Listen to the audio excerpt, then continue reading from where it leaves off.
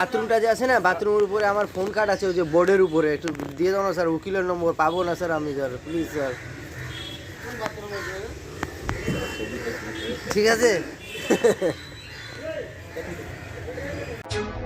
মাটিগাড়া থানা এলাকায় একটি নার্সিংহোম থেকে চুরি যাওয়া বাইক উদ্ধার করলো পুলিশ।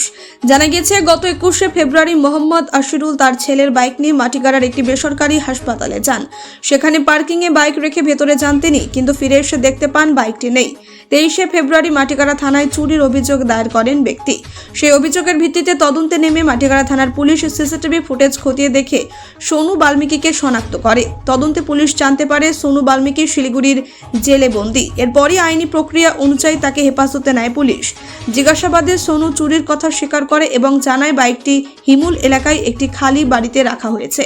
মঙ্গলবার রাতে পুলিশ ঘটনাস্থলে পৌঁছে বাইকটি উদ্ধার করে। আজ ধৃতকে শিলিগুড়ি আদালতে তোলা হয়। গোটা ঘটনার তদন্তে police. Bureau report, news capsule.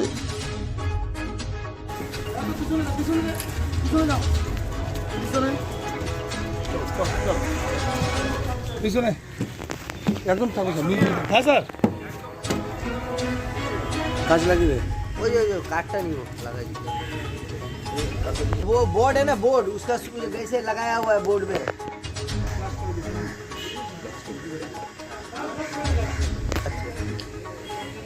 हाँ पाइचे पाइचे